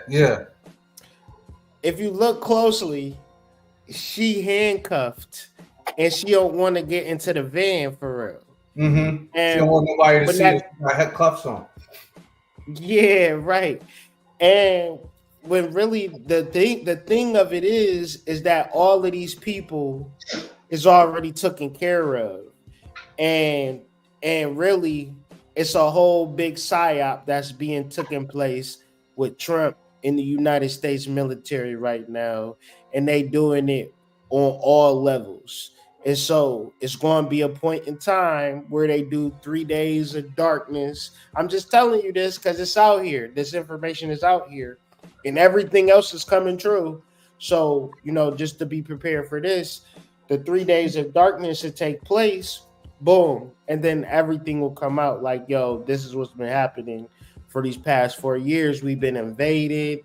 They was doing all types of shit. They was trying to ruin our country. The goddamn migrant crisis is not no joke. All of this shit is real. So it's like, yo, it's about to get weird in this goddamn country, y'all. Just to let y'all know, man. So what are you going to do energetically, spiritually, and mentally, and physically to stay aware? Because you can be like, oh my God, and just like break down, or you can be prepared and fight back and have a awareness of what you're going to do moving forward. Because I'm trying to get to fucking Costa Rica. At some point, me and Seven Bomar. That's a fact. Would you say that on Bitcoin going up would be that Mercury in Scorpio due to like how Scorpio's like into investment and loans and a type of Harris's energy with money? You can look at it. You can look at the whole. When you look at the Grand Trine and they have a kite, all of these energies is related to money. You have Uranus in Taurus, Jupiter in Taurus. Jupiter opposed Venus. Venus rules luxury. Then you have Mars in Cancer. The third decan of Cancer is wealth, right, or luxury.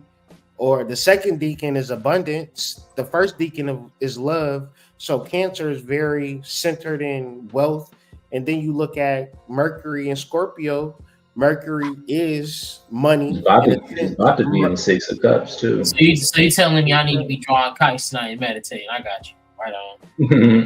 I mean, but if you look at a grand trine kite is one of the most auspicious placements that you could ever have, right? And then you got Sun trine Saturn is very much karmic. What is karmic? I invested in Bitcoin on the well, it's too late to invest now, right? It's already going up, but it goes down. So you got to just buy the dips. Really, that's or just study it, get into it at your own level. But it is something that should be taken note of. Like even in just other areas, like you'll be receiving windfalls of cash. Your money situation is going to change, but so should your business change because the sun is in Libra.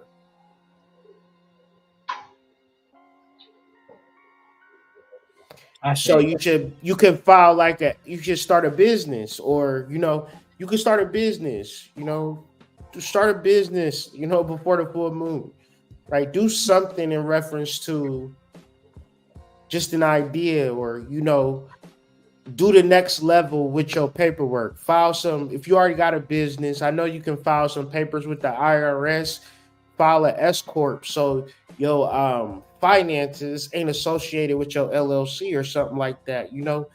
Dive deeper into this realm of things. Get your shit associated, like get a license or something like that. Like do something in reference to the sun being in Libra. Get some education, but that education is going to manifest into a financial windfall, especially moving forward. This business, if you do your business right, get the right business account, EIN number, file it correctly, right? And then start applying for the loans, and then start, start moving very real strategic. Because at some point, you can just start an LLC, start a business, and or you can start it and do it real smart, like, and then that's what this Sun trine Saturn really looks like to me. Really starting something very serious. Yeah, it's crazy you said that, bro, because I was going to talk to you about it. I got to call you off hours to talk to you about that. But I got four calls today for business loan offers. So everything that you said is right and exact. As I just finished getting all my paperwork and everything. So yeah, everything the big bro is saying is right and exact because he gave me this lecture a few years ago.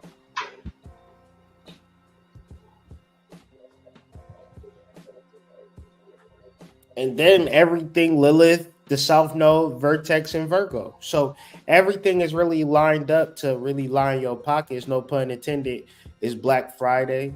So in reference to that, you can get really aggressive with your promotion, with your marketing, whatever you're selling. Like it don't diminish whatever it is that you're selling either.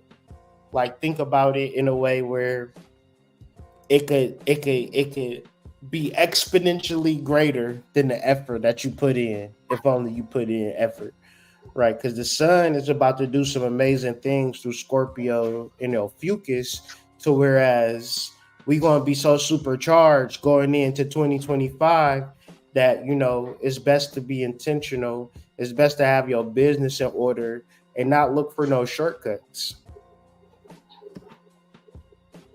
Chiron moving into Aries, so you got to really be on top of that part. Like it's a new sheriff in town. Mm-hmm. Yeah, don't be the fuck around and find out type with Chiron. Yeah, the Aries at that, like you gonna be exposed. You gonna be exposed, Chiron and Aries. You're gonna be so fucking mad that you can't blame nobody. You got to deal with all the consequences of your unhealed trauma.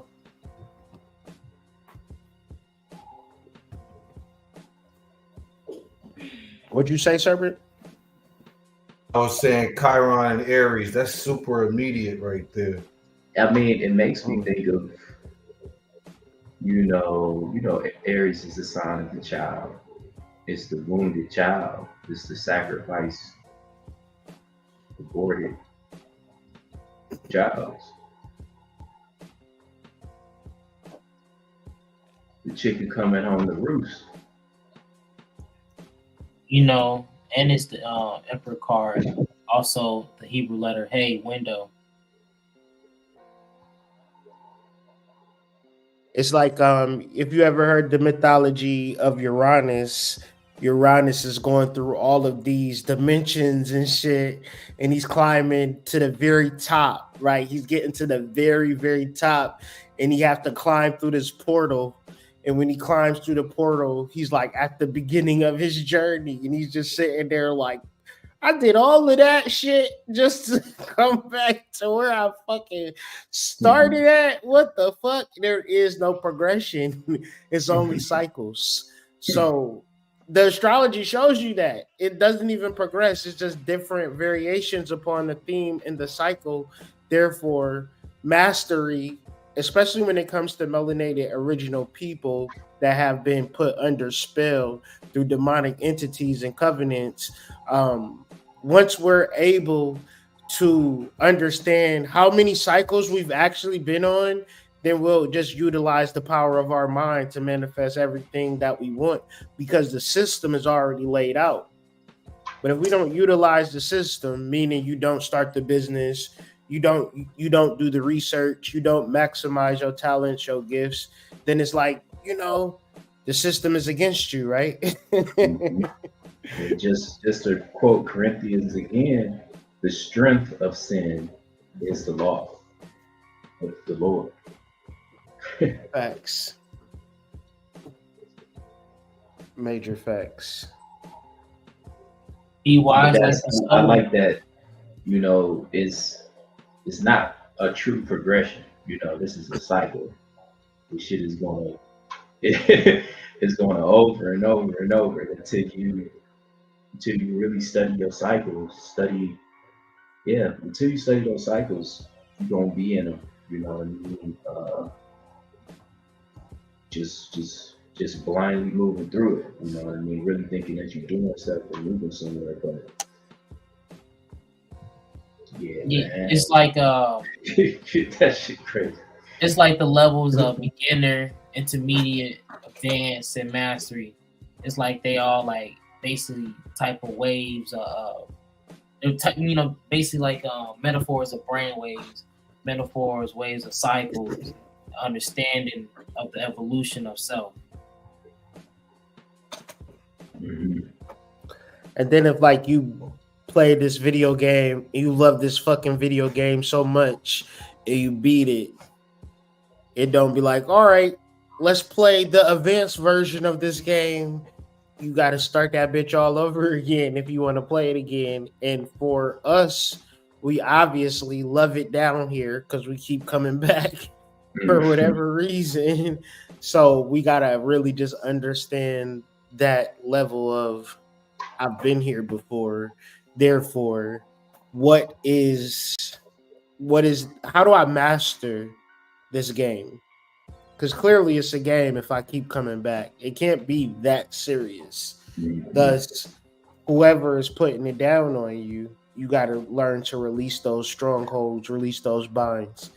And it is a powerful thing. I'm going to practice it tonight, but just get into the power of like ritually banishing energies, working with the ground, working with the ceiling, working with the directions. Because, man, I think what I've realized is that spirits are all around us. And when we ignore them, they tend to like double back and put us on our ass. But if we work with them, things become exponentially easier. Shay. Because a lot of times it's not you making things happen. It's just you being so in alignment with divine spirits that shit just worked for you. You know what I mean? Like, I think that's one of the hardest things I had to understand in my spiritual development is that, you know, my intention when I meditate is to align with the divine ancestors in my lineage, because spirits are just like birds. You know, they see the whole city from where they at. You know, you think you're going somewhere, they already know what's in your way. You know, they already know what you're gonna ask for before you open your mouth. So if you just get in alignment with them and stop being so prideful, you know, things will get a lot more easier for you, a whole lot easier for you, because you're trying to do things that you're not supposed to be doing. You're supposed to just fucking chill and be ready when they call. It's like the cherry card, Chet. You know, the Hebrew letter Chet means fence or field. So pertaining to destroying the barriers that lie in your way of progress, is spiritual or material. We become liberated in new perspectives. Because we have to shed the false perception of ourselves. And also, the chariot, the man in the armor, he's not controlling it. It's the sphinxes that's controlling the chariot. So we have to remember that. So when we're aligning ourselves, that's really the true way that we can actually follow our path, is through alignment. You know, and the chariot connects you to Benai, the understanding, right? It's like, because Benai and Chokma, the difference between those two, Chokma is the wisdom and Benai is the understanding. But it's like Chokma is like knowing everyone has a soul. Benai is understanding that how everyone is different while having a soul and being different and being all aspects of creation.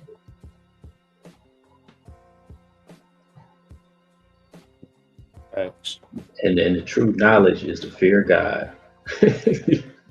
Right, because the chariot gonna do what he need to do in that chair. So those sphinxes gonna low-key lead him right.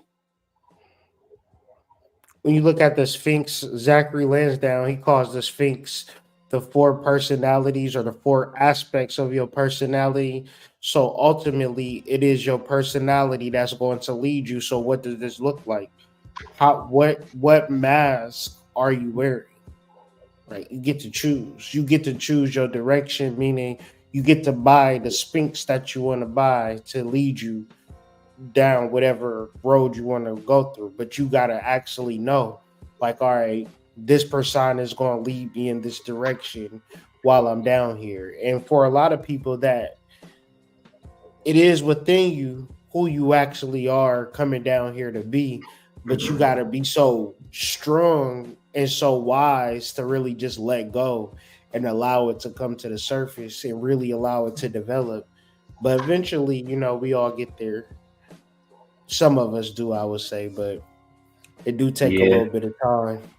But just like Erykah Badu said, I guess we'll see you next lifetime.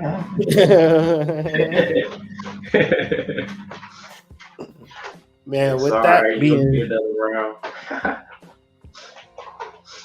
yeah, this your favorite game that you like to play, and you know, for a lot of us, I would say the game is to find your twin flame.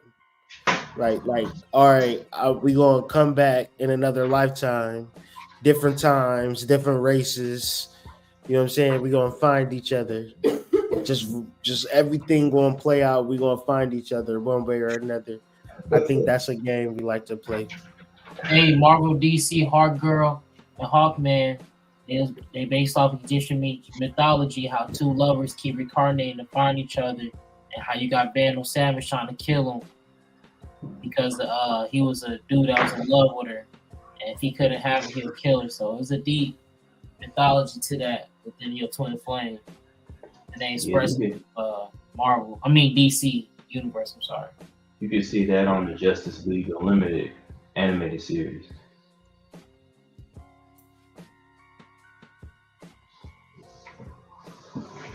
Yeah, I should have wrote for Marvel. I just made that shit up. So I don't even know what y'all niggas even talking about. But I feel like we talking about the same thing, man. This is how you know. We are.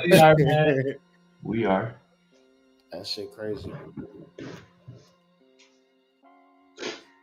But I ain't gonna keep y'all up too late. Trump looked like he winning, but it's actually close. So he closed that gap, bro. Yeah, so I'm gonna look at this and get some work done for tomorrow. And but yeah, man, make sure y'all join the Discord. This was a special election edition of the Initiates for the Flame.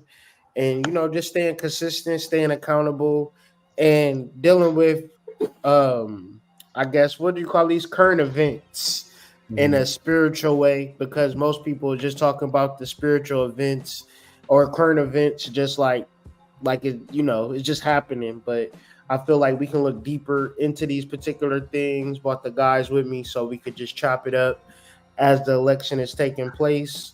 Hopefully y'all gonna enjoy y'all families tonight. Set y'all intentions over these next 4 years. Become a president in your own life.